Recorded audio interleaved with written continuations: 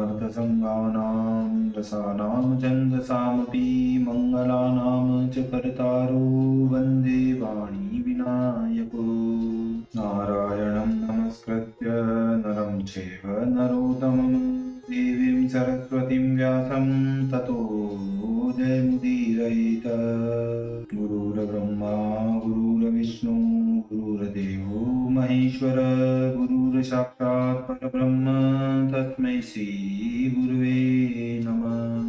बोलिए सियावर रामचंद्र भगवान की जय, राधावर कृष्ण कन्हैया लाल भगवान की जय, उमा महेश्वर भगवान की जय, गायत्री ब्रह्मदेव भगवान की जय, सद्गुरुदेव भगवान की जय, माता पिता गुरुदेव की जय, समस्त संतगण भगवान की जय, समस्त भक्तगण भगवान की जय। ओम नमः पार्वती पतये हर हर महादेव। तो मित्रों और आप सभी श्रीमद् भागवत कथा के श्रेष्ठ रसिक जनों, श्रोतागणों, अब तक हमने श्रीमद् भागवत कथा की कथा को नियमित रूप से क्रमबद्ध रूप से श्रवण किया है, कीर्तन किया है, मनन किया है, भजन किया है। अब हम उसी क्रम में श्रीमद् भागवत कथा के 10वें स्कंद के 14वें अध्याय की ओर कथा को अग्रसर करते हैं। आप सभी श्रेष्ठ श्रोतागण, रसिक जन भगवान श्री राधा वल्लभ कृष्ण कन्हैया लाल के श्री चरणों में दृढ़ भक्ति रखते हुए कथा का श्रवण करें, कीर्तन करें, मनन करें, भजन करें। बोलिए राधावर कृष्ण कन्हैया लाल भगवान की जय। तो कहते हैं 14 में हरि के चरित अद्भुत अलख लखाय, हरि स्तुति अज चूं करी कहो कथा सुगाय, कथा सुगाय। श्री ब्रह्मा जी बोले कि हे स्तुति करने योग्य, श्याम घटा के समान तुम्हारा शरीर है, बिजली सम पीतांबर धारण किए हुए, गुंजाओं के कर्णभूषण, मयूर पिंच के मुकुट से शोभायमान मस्तक, कंठ में वनमाला पहने, दही भात का ग्रास, वेद की छड़ी, श्रृंग बांसुरी के चीहों से सुशोभित अति सुंदर कोमल चरणारविंद से विचरते हो। हे गोपाल, हे नंदलाल, आपको बारंबार मेरा नमस्कार है। हे देव, हे सच्चिदानंद, मेरे ऊपर कृपा करने वाली और भक्तों की इच्छा अनुसार स्वरूप धारण करने वाली पंचभूत रहित यह आपकी मनोहर मूर्ति शुद्ध सत्व युक्त है। इस आपके अवतार की महिमा को मैं ब्रह्मा क्या किसी में भी जानने की सामर्थ्य नहीं है। आप जो साक्षात आत्म सुख के अनुभव रूप अवतारधारी हो, आपकी महिमा को समाधि लगाकर भी कौन जान सकता है, अथवा पंचभूतमय विराट रूप की महिमा जानने को कोई समर्थ नहीं हो सकता। मेरे ऊपर आपने अनुग्रह करके दर्शन दिया। हे अजीत, आप किसी के जीतने में नहीं आते, परंतु जो मनुष्य ज्ञान प्राप्त करने के परिश्रम को त्याग कर महात्मा पुरुषों के मुख से निकली हुई आपकी कथा को श्रवण द्वारा पान करके अपने घर बैठे बैठे मन से, वाणी से, देह से आपका अर्चन बंधन करके जीते हैं, उन लोगों को त्रिभुवन में कोई नहीं जीत सकता और वे लोग आपको अपने वश में कर लेते हैं। हे विभो, भुक्ति मुक्ति देने वाली आपकी भक्ति को त्याग कर जो लोग केवल ब्रह्म ज्ञानी होने के लिए अधिक कलेश और खेद करते हैं, उन लोगों को केवल कलेश और खेद ही शेष रह जाता है, कुछ नहीं मिलता। जैसे जो मनुष्य थोथे तुषों को कूटता है, उसको दुख के सिवाय अन्न किसी प्रकार नहीं मिल सकता। हे व्यापक, हे भूमन, इस संसार में पहले बहुत से योगीश्वरों को जब योग से ज्ञान नहीं मिलता था, तो अपनी सब क्रिया और कर्म आपको समर्पण करने से और कथा सुनने से भक्ति को प्राप्त हो, उससे आत्मज्ञानी की प्राप्ति कर फिर अनायास ही आपके पद को प्राप्त हुए। ही परिच्छेदन रहित इस प्रकार आपके सगुण और निर्गुण दोनों रूपों का ज्ञान होना कठिन है और भक्ति से ही आप जानने में आते हैं।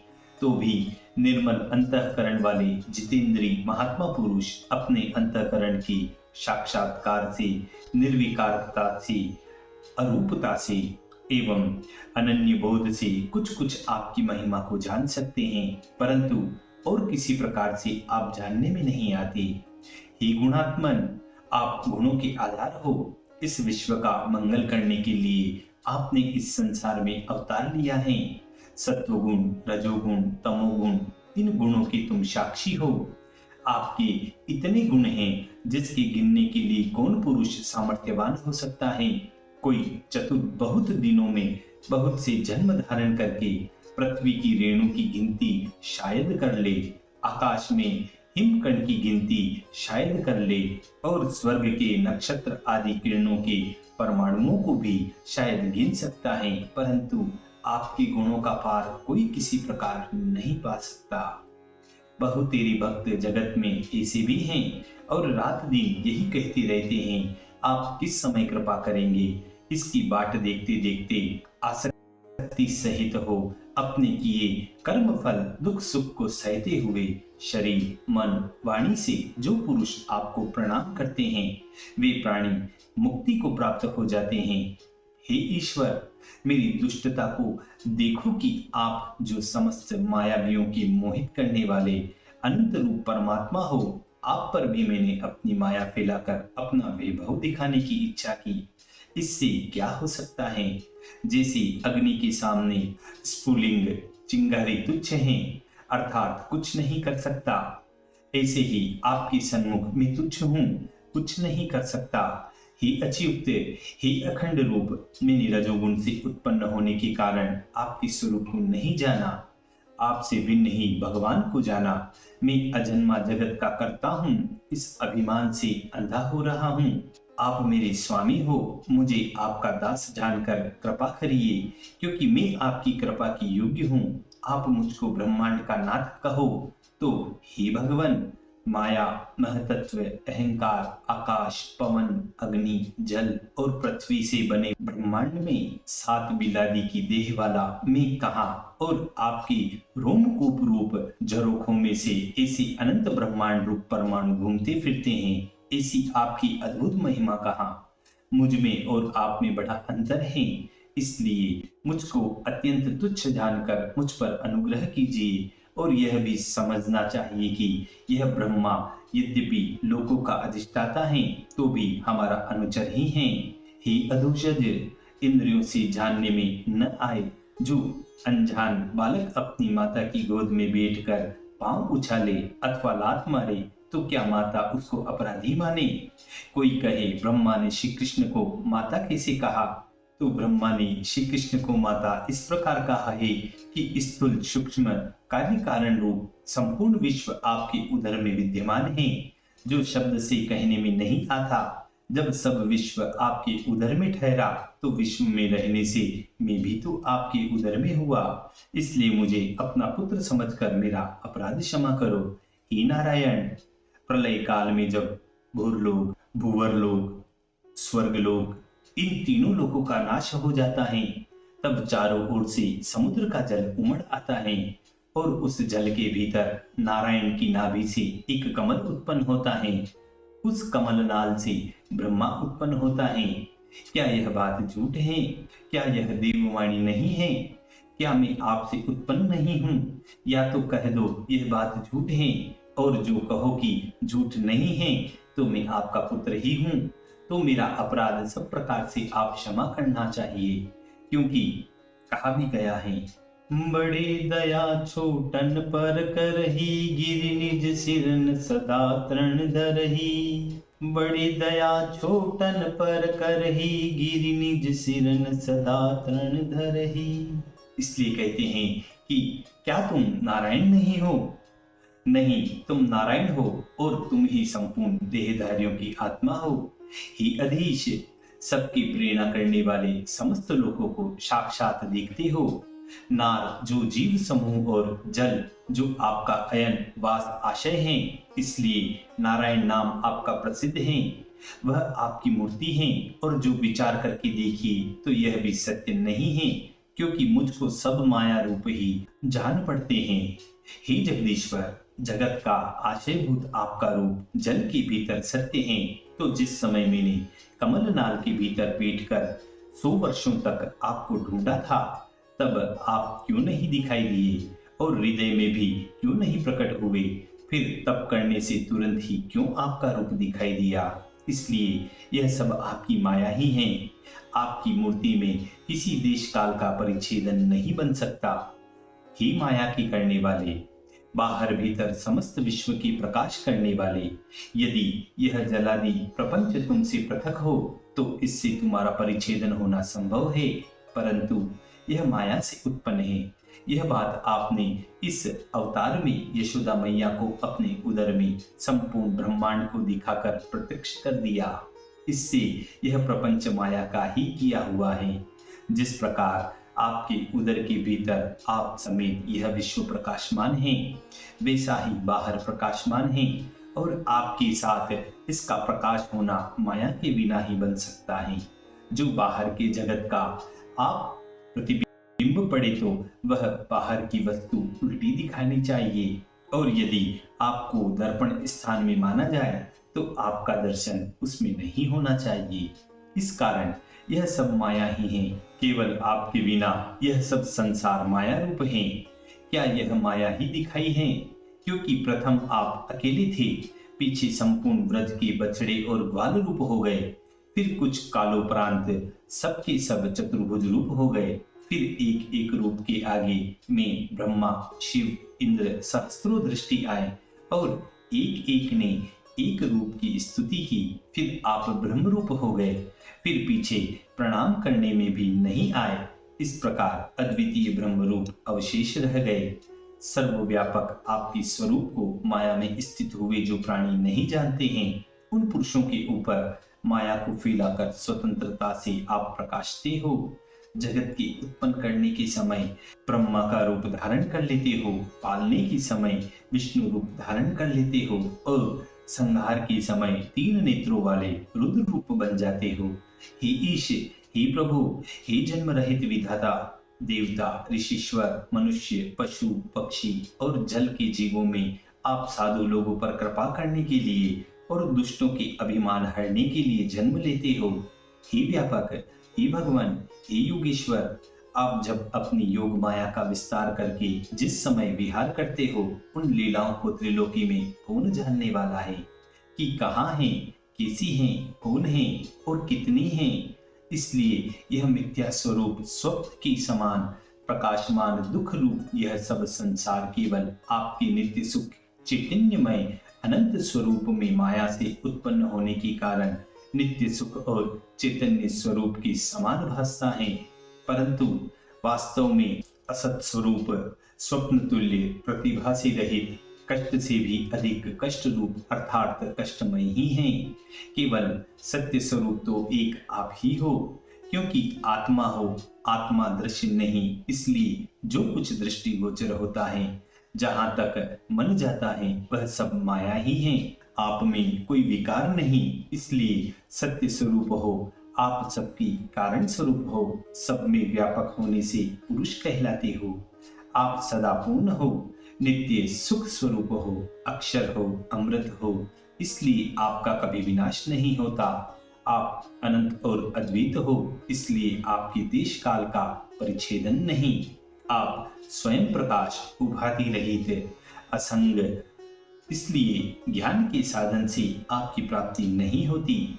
आप निरंजन हो, इसलिए आपके स्वरूप में किसी प्रकार का संस्कार भी नहीं होता। आप नित्य मुक्त रूप हो, अमृत हो, इसलिए आप सदा आत्मा रूप हो और समस्त जीवों के आत्मा हो। जिन पुरुषों ने सूर्य रूप गुरु से उपनिषद के ज्ञान रूप नेत्र प्राप्त किए हैं, वे महात्मा आत्मा से ही आपका दर्शन करके संसार सागर के पार हो जाते हैं। जब तक प्राणी आपकी आत्मस्वरूप को आत्मरूप नहीं जानते, तब तक उनको अज्ञान से यह संपूर्ण प्रपंच प्रकट भासता रहता है, और वही प्रपंच आत्मरूप के जानने से लय हो जाता है। जब तक अज्ञान है, तब तक रज्जु में सर्प रूप भासता है। जब ज्ञान हो जाता है, तब रज्जु रज्जु ही जानने में आती है। अज्ञान से रज्जु में सर्प जानना अध्यास है, और ज्ञान से रज्जु ही जानना अपवाद है। संसार में बंधन और मोक्ष केवल अज्ञान से है। सत्य ज्ञान रूप आत्मा से भिन्न नहीं है। निरंतर चैतन्य रूप आत्मा परमेश्वर आप ही हो। ऐसा विचार करने से आत्मा में अज्ञान व बंधन कुछ भी नहीं है। जैसे सूर्य के सन्मुख रात दिन नहीं है, अर्थात सदा प्रकाश ही रहता है। आत्मस्वरूप परब्रह्म आपको देह मानकर और देहादि को आत्मा मानकर यही खोए हुए आत्मरूपी पदार्थ को देखो। बाहर खोजना यह मूर्खों की कैसी मूर्खता है, क्योंकि घर की खोई हुई वस्तु कोई वन में खोजने नहीं जाता। बिना जाने झूठ भी सत्य के ही समान विदित होता है। इस बात पर एक प्राचीन दृष्टांत याद आता है। तो कहते हैं, किसी राजा के यहाँ एक उपट बेपढ़ा पुरोहित था, परंतु बोलचाल में महाधूर्त और पाखंडी था। उसने राजा को एक श्लोक सुनाया। शुक्लां धरं विष्णुं शशिवर्णं चतुर्भुजं प्रसन्नवदनं ध्यायेत् तत्सर्वं विघ्नोपशान्तये। इस श्लोक का अर्थ यह होता है कि यह दही बड़ा है। इसे दही बड़ा समझो कि जैसे सफेद दही उसमें लिपटा है वह शुक्ल वस्त्र है, और वेष्टिति विष्णु विशेष लिपटा होने से विष्णु है। गोल गोल चंद्रमा के समान मुख हैं और चतुर्भुज अर्थात चतुर पुरुषों के भोजन योग्य हैं। ध्यान करते ही प्रसन्न मुख हो जाता है और भोजन करने से सब विघ्न शांत हो जाते हैं।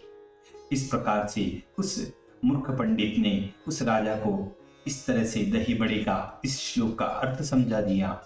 तब राजा ने इस श्लोक का यह अर्थ सत्य समझकर और उसको महात्मा जानकर उसका बड़ा आदर सम्मान करता था।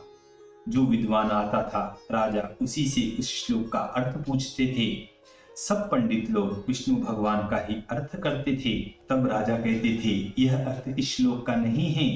इसी प्रकार अनेक पंडितों का तिरस्कार होता था। तब एक पंडित आए और उन्होंने रुपए का अर्थ किया कि देखो, यह रुपया श्वेत वर्ण है और 4 चवन्नी जो हैं वही 4 भुजा हैं। देखते ही मुख प्रसन्न हो जाता है, सब विघ्नों का शांत करने वाला है। इस अर्थ को सुनकर राजा ने कहा और पंडितों से, तुम अच्छे हो, दशांश परितोषित के योग्य हो, परंतु सत्य अर्थ इसका आप भी नहीं जानते। एक महात्मा पंडित ने विचारा कि यह राजा किसी मूर्ख का बहकाया हुआ है और यह राजा भी मूर्ख ही है। यह महात्मा पंडित राजा के पुरोहित के घर जाने लगे और उससे बड़ी मित्रता कर ली और मिश्रानी को भी एक बड़ी चिकन पट की तियल बना दी और आभूषण भी अनेक अनेक प्रकार के दिए और अत्यंत प्रेम से उनकी सेवा करने लगे। और दिन रात माता ही माता कहते मुख सूख जाता था। एक दिन उस ब्राह्मणी ने कहा कि इतने दिनों से तू हमारे यहाँ रहता है, तूने कुछ अपना अभिप्राय नहीं कहा कि क्या मनोरथ है तेरा। तब वह ब्राह्मण बोले कि हे माता, मेरा तू नाम न लेना, परंतु शुक्लांबर इस श्लोक का अर्थ अपने पति से पूछकर बता दो तो बहुत अच्छा होगा। तब वह ब्राह्मणी बोली, आज ही जैसे ही पुरोहित जी घर आएंगे उसी समय पूछ लूंगी कि हे स्वामी, शुक्लांबर इस श्लोक का क्या अर्थ है। परंतु पुरोहित ने बहुत तेरी 3-5 की, तो नारी होती है, इसीलिए कहा गया है, नारी विवश नर सकल गुसाई, नाचहि नटमर कटकी नाई। मिश्रानी ने एक न मानी, निदान बताना ही पड़ा। मिश्रानी ने अगले दिन उन महात्मा को बता दिया। महात्मा जी अच्छे वस्त्र पहन, आंख में पोथी दबा राजा की सभा में गए और बड़ी धूमधाम के साथ राजा को उस श्लोक का वही दही बड़े वाला अर्थ सुनाया। राजा सुनकर बहुत प्रसन्न हुआ और कहा, तुम बड़े विद्वान हो, हमारे पास रहा करो, और बहुत कुछ धन भी उसको दिया। पुरोहित जी इस बात को सुनकर शून्य हो गए और मन में कहने लगे कि परमेश्वर ने आज हमारी आजीविका का यहाँ से बंद करा दी। और महात्मा जी ने कहा, यह राजा मूर्ख है और मूर्ख के समीप रहना किसी प्रकार अच्छा नहीं, या तो इसको पढ़ना चाहिए और जो वह न पढ़े तो यहाँ से सिधारना अच्छा है। पंडित जी ने राजा से कहा, आप कुछ पढ़ा करें तो अच्छा है। राजा ने स्वीकार किया और पंडित जी ने राजा को पढ़ना आरंभ कराया। व्याकरण के पढ़ने से राजा को पद पदार्थ का बोध हो गया, तो एक दिन उस श्लोक को विचारने लगे तो कहीं भी दही बड़े का अर्थ नहीं पाया। तब राजा चकित हो पंडित और पुरोहित को बुला भेजा और आते ही राजा ने उससे क्रोध करके कहा कि हे पुरोहित जी, तुमने मुझे बड़ा धोखा दिया, बताओ इसमें दही बड़े का अर्थ कहाँ है। पुरोहित जी ने तो कुछ नहीं कहा और उनके छक्के छूट गए। पंडित जी ने कहा, मैंने ही क्या, सभी पंडितों ने यह शुद्ध अर्थ किया था, तब आपने क्यों नहीं माना। तब राजा बोला, उस समय में अज्ञानी था। पंडित जी बोले, बिना पढ़े यह ज्ञान कभी नहीं होता, अब ज्ञान होने से आप समझे। ऐसे ही ये प्राणी माया के वश में हो उल्टा ही समझते हैं। इस प्रकार इस दृष्टांत का निवारण होता है। अब हम पुनः कथा की ओर चलते हैं, जहां ब्रह्मा जी उन भगवान की स्तुति कर रहे हैं। तब ब्रह्मा जी कहते हैं, हे अनंत ज्ञानी पुरुष, तो इस देह में आपको खोजते हैं, यहाँ भी आत्मा नहीं, यह भी आत्मा नहीं, ऐसी जड़ पदार्थों का त्याग करते हैं, क्योंकि अपने निकट यद्यपि सर्प नहीं भी हैं, परंतु उनका निषेध किए बिना सत्य रज्जु जानने का ज्ञान नहीं होता। सर्प के निषेध होने के उपरांत रज्जु जानने में आती है।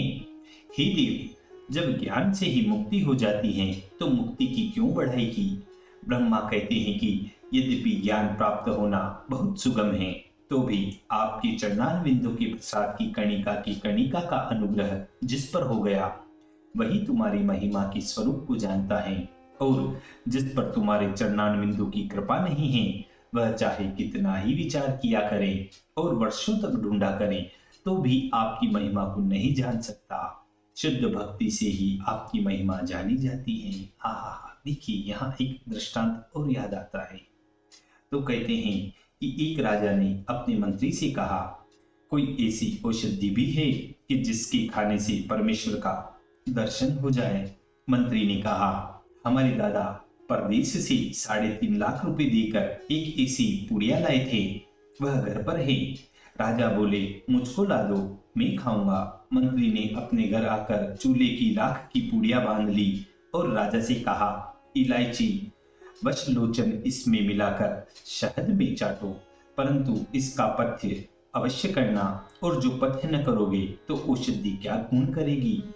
बिना पथ्य 3.5 लाख रुपयों की औषधि वृथा जाएगी। विचार देखा, जो रोगी पथ्य को करे तो रोग को जीत लेता है, और कुपथ्य करे तो रोग औषधि को जीत लेता है।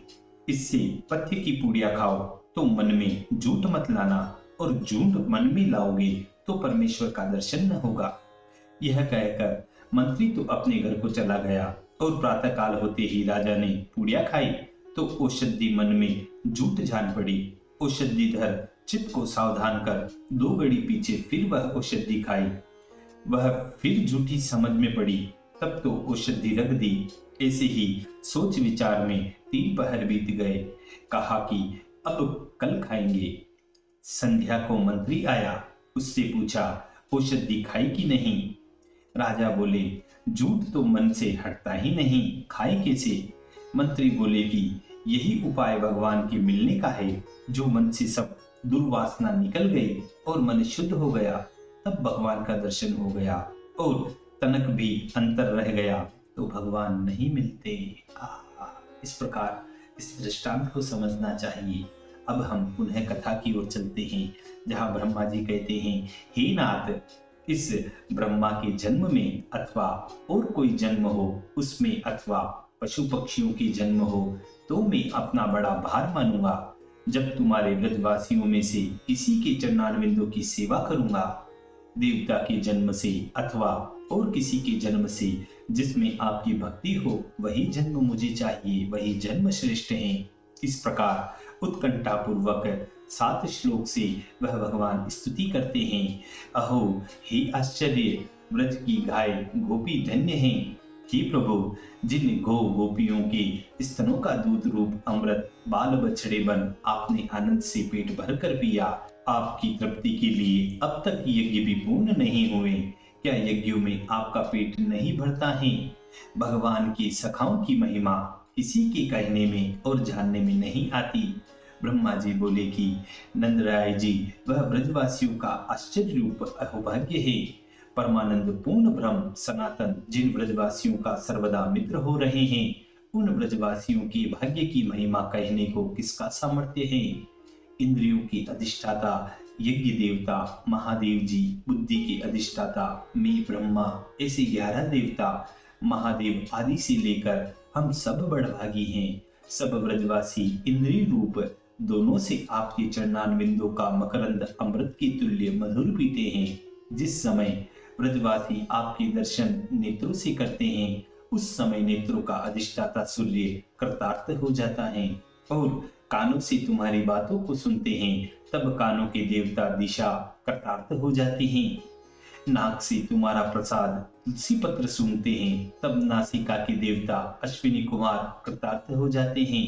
जब हाथों से तुम्हारी सेवा करते हैं, तब हाथों के देवता कृतार्थ हो जाते हैं। इसी प्रकार सब इंद्रियों के सेवन से सब देवता कृतार्थ हो जाते हैं। संपूर्ण पदार्थों की सेवा करने वाले ब्रजवासियों के भाग्य की महिमा कैसी कही जाए। इस लोक में कदाचित मेरा जन्म हो तो वृंदावन में हो, उस पर भी गोकुल में। यह भी मैं नहीं कहता कि मनुष्य योनि में ही, चाहे जिस योनि में हो, परंतु गोकुल में हो तो मैं पूर्ण भाग्यशाली हो जाऊं और मेरे धन्य भाग हो जाए। तब श्री कृष्ण बोले कि हे ब्रह्मा जी, सत्यलोक को छोड़कर यहाँ जन्म लेने से तुमको क्या लाभ होगा। तब ब्रह्मा जी बोले कि हे भगवान, जिस जन्म में ब्रजवासियों के चरणान बिंदु की रज मेरे मस्तक पर पड़ेगी, वही मुझको परम लाभ होगा। तब श्री कृष्ण कहते हैं कि ब्रजवासी लोग क्यों धन्य हैं। तब ब्रह्मा जी बोले कि इन ब्रजवासियों का पूर्ण जीवन ब्रज है, क्योंकि जहाँ श्री मुकुंद परायण हैं, जिनके चरणान बिंद की रज को नित्य प्रति देव खोजते हैं, उन वृंदावन की रज का मिलना अहोभाग्य है। इन ब्रजवासियों की कृतार्थता का क्या वर्णन करूं, जिनकी भक्ति से आप भी ऋणी से हो रहे हो। तब श्री कृष्णचंद्र कहने लगे, मैं किस वस्तु के देने में असमर्थ हूँ जो ऋणी रहूं। तब ब्रह्मा जी बोले कि हे देव, जगत में विराजमान समस्त फल स्वरूप आप हो, इसलिए और फल ब्रजवासियों को क्या दोगे, यह जब विचार करता हूँ तब मेरा मन मोहित हो जाता है। तब श्री कृष्ण भगवान बोले, मैं अपने आप का ऋणी हो जाऊंगा। तब ब्रह्मा जी कहते हैं कि नहीं, माता का स्वरूप धरकर पापिनी पूतना आई थी, उसको आपने अपना सर्वस्व दिया। तब श्री कृष्ण बोले, ब्रजवासियों को परिवार सहित सर्वस्व और अपना धाम दूंगा। तब ब्रह्मा जी बोले कि पूतना का कुटुंब अधासुर बकासुर को आपने मुक्त कर दिया। तब श्री कृष्ण बोले कि मेरे पास तो यही पदार्थ देने को है। तब ब्रह्मा जी बोले कि जिन ब्रजवासियों ने धाम धन सुत हृदय प्रिय देह पुत्र प्राण और अंतकरण आप में समर्पण कर रखे हैं, फिर ऐसे ब्रजवासियों और वीरियों को क्या बराबर ही रखोगे। आप परमेश्वर हैं तो क्या हैं, परंतु आपके यहाँ न्याय नहीं। कहाँ बपूरी पूतना और कहाँ परम हितकारी ब्रजवासी। आपको अपने ही मन में न्याय करना चाहिए। हे कृष्ण, जब तक रागादिक चोर इस शरीर में उपस्थित हैं, तब तक घर कारागार बंदी खाना रूप है। मोह भी तब तक ही पांव की बेड़ी है, जब तक प्राणी तुम्हारे चरणान बिंदु की शरण नहीं आता। आपकी शरण लिए पीछे रागादिक जो चोर हैं, वे भी चोर से ही साफ हो जाते हैं, और जो घर हैं वे भी सुंदर मंदिर हो जाते हैं, और संपूर्ण मोह दूर हो जाता है। हे प्रभु, आप संसार रहित हो तो भी संसार में शरणागत भक्तों को आनंद देने के लिए संसार में बारंबार अवतार धारण करते हो। हे नाथ, हे प्रभु, जो पुरुष आपको जानते हैं वह जानते होंगे, परंतु मैं बहुत क्या कहूँ। मन से वचन से देह से आपका वैभव मेरे जानने में किसी प्रकार से नहीं आ सकता। हे कृष्ण, अब मुझ पर अनुग्रह करके मुझको सत्य लोक के जानने की आज्ञा दीजिए। आप सब जानते हो, अर्थात अपनी अपार महिमा, मेरा ज्ञान बल पराक्रम देखने वाले हो। आप ही इस जगत के अधिष्ठाता हो। मैंने ऐसा ब्रह्मापना छोड़ यह जगत आपकी ही भेंट है। हे कृष्ण, यदुकुल कमल पर स्नेह करने वाले दिवाकर के सदस्य इसमें सूर्य की उपमा दी है। हे पृथ्वी के देवता, ब्राह्मण, पशु, समुद्र इनकी वृद्धि करने वाले हो।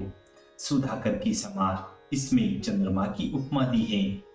पाखंड रूप अंधकार के विनाश करने वाले इसमें सूर्य और चंद्रमा दोनों की उपमा आई। पृथ्वी पर कंसादिक राक्षसों की मारने वाले इसमें फिर सूर्य की उपमा आई। हे सूर्य, हे अरहन, सबके पूज्य हे भगवान, अर्थात 6 प्रकार के ऐश्वर्य से परिपूर्ण आपको मेरा दंडवत प्रणाम है और आपको नमस्कार है। इतनी कथा कहकर श्री सुखदेव जी महाराज बोले कि हे राजा परीक्षित, इस प्रकार सर्वव्यापक श्री कृष्णचंद्र जी की स्तुति करके कल्प पर्यंत 3 प्रतिक्षण देकर चरणारविंदों को नमस्कार कर जगत के विधाता ब्रह्मा अपने ब्रह्मलोक को चले गए। तब पीछे श्री कृष्णचंद्र जी की आज्ञा अनुसार बछड़े और बालकों को वह ब्रह्मा जी ले आए। प्रथम की समान ग्वाल मंडल को उसी यमुना की रेती में ले आए जहां पहले बैठकर वे सभी भोजन कर रहे थे, और इस भेद को किसी ने न जाना। यह बात सुनकर राजा परीक्षित ने श्री सुखदेव जी से पूछा कि इतने दिन तक बालक कैसे यमुना के किनारे पर बैठे रहे और भोजन पान कुछ न किया। हे राजन, जब अपने प्राणनाथ श्री कृष्णचंद्र बिना 1 वर्ष बीत गया तो भी भगवान की माया से मोहित हुए उन बालकों को वह समय आधे पल के समान जान पड़ा। भगवान की माया से मोहित चित्त वाला पुरुष इस संसार में क्या क्या नहीं भूल सकता। संपूर्ण जगत भगवान की माया से मोहित होकर बारंबार अपने आत्मा को भूल रहा है। सब ग्वाल बालों ने श्री कृष्णचंद्र से कहा कि हे भैया, तुम तो बहुत शीघ्र आए, हमने तो तुम बिना 1 ग्रास भी अभी नहीं खाया। अब जाओ, पहले शीघ्रता से भोजन कर लो। सब इंद्रियों की प्रेरणा करने वाले श्री कृष्ण भगवान बालकों की बात सुनकर हंसे और बालकों के संग भोजन करके मार्ग में जो सूखा हुआ अतासुर का देह पड़ा था उसको दिखाते मन से लौटकर रज में आए। तभी यहाँ एक सेवैया कही गई। मोर पंखन के मन फूलन के सिर मोर महा छवि छावत है, बहु धातुन रंग ते रंगित अंग ही ये वन माल सुखावत है। लकुटी कर में कटी में कसी संग मनोहर वेणु बजावत है, कहीं नाम बुलावत है बछरा नंद नंदन यो व्रज आवत है, नंद नंदन यो व्रज आवत है। गावहि मधुर स्वर सखा हरि चरित्र सुख खान, जह तह ठाडी देखती व्रजवनिता सुख मान, व्रजवनिता सुख मान। वन से आकर सब बालक अपनी माताओं से कहने लगे कि आज यशोदानंदन ने वन में एक बड़ा भारी सर्प मारा और उससे हमारी रक्षा की। राजा परीक्षित बोले कि हे ब्राह्मण, ब्रजवासियों का इतना प्रेम श्री कृष्ण में कैसे हुआ, जो कि पराया पुत्र या अपने पुत्रों में इतना प्रेम पहले नहीं था। यह बात मुझको समझा कर कहो। श्री सुखदेव जी बोले कि हे राजा परीक्षित, श्री कृष्ण का नाम सर्वात्मा है, इसलिए श्री कृष्ण सब प्राणियों के साक्षात आत्मा ठहरे। फिर सब प्राणियों को अपना आत्मा ही परम प्रिय है, इसलिए श्री कृष्ण में संतान से बढ़कर अधिक प्रेम था। स्त्री, पुत्र, धन आदि और जो पदार्थ हैं वह सब आत्मा के ही सुख के लिए है। इस बात पर एक दृष्टांत याद आता है। किसी नगर में एक ब्राह्मण था, उसकी संतान नहीं होती थी। प्रथम तो उसने यंत्र मंत्र आदि से बहुत से उपाय किए, परंतु कुछ न हुआ। फिर वैद्य लोगों की बहुत सी औषधियां ली और ज्योतिषों ने भी अनेक प्रकार के दान पुण्य कराए, परंतु किसी प्रयत्न से भी उसके पुत्र का मुख नहीं देखा। एक दिन वह वन में पूजा के लिए फल फूल लेने को गया। वहां उसको उदास देखकर एक महात्मा पुरुष उससे पूछने लगे कि हे ब्राह्मण, तुम क्यों इतना उदास है? ब्राह्मण बोला कि हे स्वामी, मेरी संतान नहीं, इस बात का मुझको बड़ा कलेश है। महात्मा ने कहा, तू संतान गोपाल का पाठ कर, तेरे पुत्र होगा। ब्राह्मण ने वैसा ही किया और भगवान की कृपा से उसको एक पुत्र उत्पन्न हुआ।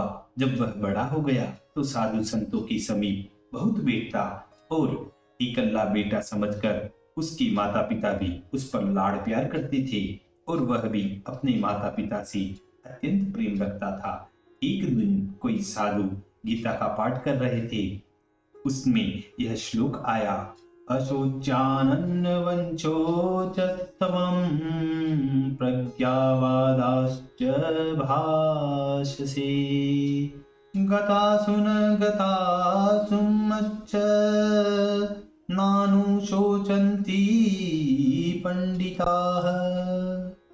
अर्थात माता पिता, सुहृदय, बंधु कोई भी किसी का नहीं, यह सब केशवी माया है। इन लोगों के लिए कभी सोच करना नहीं चाहिए। तुम बुद्धिहीनों की नाई उनके लिए शोक करते हो और कभी बुद्धिमानों की नाई बात करते हो, परंतु ज्ञानी लोग मरने जीने का कुछ शोक नहीं करते। ऐसा सुनकर वह लड़का बोला, हे महाराज, मेरे माता पिता तो मेरे ऊपर प्राण खोने को उपस्थित हैं और मुझको तो प्राणों से भी अधिक प्यार करते हैं, चाहते हैं। साधु बोले, यह सब झूठ है। लड़के ने कहा, मेरी बात झूठ क्यों हो सकती है? साधु बोले कि अच्छा, आज तू घर जाकर बीमार बनकर पड़े रहना, फिर तू सबकी परीक्षा कर लेना और तुझको झूठ सत्य सब प्रत्यक्ष दिख जाएगा। उस दिन उस द्विज पुत्र ने वैसा ही किया। तब वेद्यों के उपाय और अनेक प्रकार के यंत्र मंत्र, बड़े बड़े दान पुण्य होने लगे। तब तो ब्राह्मण के बेटे ने कहा कि अब उन महात्मा पुरुष को बुलाना चाहिए जो कहते थे कि न कोई माता है और न कोई पिता है। तब उसने उन महात्मा को बुलाया और जैसे रुपयों को कंकारी कर दिया था, वह सब दिखाया कि देखो मेरे माता पिता कितना रुपया खर्च कर रहे हैं। साधु बोले कि यह लड़का मर जाएगा। तब उसके माता पिता बोले कि किसी प्रकार यह अच्छा भी होगा। साधु बोले कि हाँ, एक उपाय तो है कि 3 बार इसके ऊपर दूध उतारा जाए और जो उसको पिएगा वह तो मर जाएगा, परंतु यह अच्छा हो जाएगा। तुम आप में से सम्मति कर लो कि उस दूध को कौन पिएगा। तब तो सबको दिन में तारे दिखने लगे और एक की ओर एक देखने लगा, परंतु किसी ने इस बात को अंगीकार नहीं किया कि दूध मैं पीऊंगा और सबने अपने प्राणों की रक्षा करनी चाहिए। तब बाबा जी ने कहा कि हे बच्चा, हे बेटा, देख ले, कोई नहीं पीता, इस दूध को हम पिएंगे। संसार में कोई किसी का नहीं, सब अपने अपने प्राणों के रक्षक हैं। इस प्रकार इस दृष्टांत को समझना चाहिए। तब आगे कथा में कहते हैं कि हे राजा परीक्षित, देहधारियों को जितनी अपने आत्मा में प्रीति है, उतनी ममता के स्थान अपने पुत्र, धन, घर आदि लेकर जो वस्तु है उनमें नहीं है। हे क्षत्रिय वंशोत्तम राजा परीक्षित, जो पुरुष देह को आत्मा कहते हैं उनको भी देह अत्यंत प्रिय है, और जो देह के अनुवर्ती स्त्री, पुत्र, धन आदि हैं, वे देह के समान प्यारे नहीं लगते। और देह को भी इस प्रकार मान ले कि यह मेरा देह है, अर्थात यह सब ममता का स्थान हो जाता है, तब यह देह आत्मा के समान प्यारा नहीं रहता। क्योंकि जिस समय यह देह जीर्ण हो जाता है, अर्थात अब यह देह किसी प्रकार स्थिर नहीं रहेगा, तो भी जीने की आशा बलवती रहती है। किसी उपाय से 2-4 दिन और बचा रहूं तो अच्छा है। इस बात से यह निश्चय होता है कि सब देहधारियों को अपना आत्मा ही अधिक प्यारा है। उस आत्मा के ही लिए सब स्थावर जंगम आदि संसार पर जो प्रीति होती है, सब आत्मा का ही कारण है। हे राजन, हे परीक्षित, सब प्राणियों की आत्मा जगत के कल्याण करने के लिए मनुष्य देह धारण कर अपनी माया से प्रकाश करने वाले उन श्री कृष्ण चंद्र आनंद कंद यशोदानंदन ही हैं। इस कारण से उन पर प्रेम होना संभव है। यही न समझना कि श्री कृष्ण चंद्र केवल देहधारियों की ही आत्मा है, नहीं, वे सब जड़ पदार्थों की भी आत्मा हैं। वास्तव में इस सब विश्व के आदि कारण श्री कृष्ण चंद्र ही हैं। इस प्रकार मानने वाले पुरुषों को सब स्थावर जंगम में भगवान का ही रूप बसता है, अर्थात कोई वस्तु इस संसार में भगवान से भिन्न नहीं है। समस्त पदार्थों को परमार्थ रूप से विचार कर देखिए तो कोई भी वस्तु अपने अपने कारणों से पृथक नहीं है, और जो जो कारण हैं वे सब भगवान से पृथक नहीं। इससे सिद्ध हुआ कि कारणों की भी मुख्य कारण श्री कृष्ण भगवान हैं। फिर कौन सी वस्तु श्री कृष्ण से पृथक रही, तुम ही बताओ। पवित्र वंश निर्मल कीर्ति वाले श्री कृष्ण भगवान के चरण कमल रूप नौका का जो परम प्रेमी सज्जनों का आशय है, जो पुरुष उन चरणानविंद रूपी नौका का आशय करते हैं, उनको संसार रूपी समुद्र बछड़े के खुरे के जल के समान है और उनको परम धाम का पास मिलता है। कभी कोई विपत्ति नहीं होती। जो जो लीला भगवान ब्रज बिहारी ने 5 वर्ष की अवस्था में की, वह बालकों ने पौगंड अवस्था में अपने अपने घर आकर कही। उनका कारण जो तुमने हमसे पूछा, वह संपूर्ण हमने तुम्हारे सामने वर्णन किया। मूर नामक दैत्य के शत्रु श्री कृष्णचंद्र ने मित्रों के संग यह चरित्र किया कि अधासुर को मारा, यमुना की रेती में वाल वालों के साथ भोजन किया, जड़ प्रपंच से भिन्न शुद्ध सत्व गुण रूपी ब्रह्मा को दिखाया, बछड़े और वाल वालों का स्वदत्त रूप धारण किया। ब्रह्मा ने प्रेममय हो बड़ी स्तुति की। इस अद्भुत चरित्र को जो कोई मनुष्य कहेगा अथवा सुनेगा, उस पुरुष के सब पुरुषार्थ सफल होंगे और श्री कृष्णचंद्र में पूर्ण भक्ति होगी। इस प्रकार आंख में चूने के खेलने में ठोर ठोर छिपना, नदियों के पुल बांधना, बंदर की समान वृक्षों पर चढ़ना और कूदना और अनेक प्रकार की बाल्य अवस्था की और कौमार्य अवस्था की श्री कृष्ण और बलदेव जी ने विहार करके कौमार अवस्था पूर्ण की। तभी कहा गया है, दैत्य अगासुर मारी, मित्रन को आनंद दियो, धन धन कृष्ण मुरारी, दया दृष्टि निज राखियो, दया दृष्टि निज राखियो। इसी मधुर संवाद के साथ श्रीमद् भागवत कथा की 10वें स्कंद की चतुर्दशों अध्याय 14वें अध्याय की पूर्णता व समाप्ति होती है। बोलिए श्री कृष्ण कन्हैया लाल भगवान की।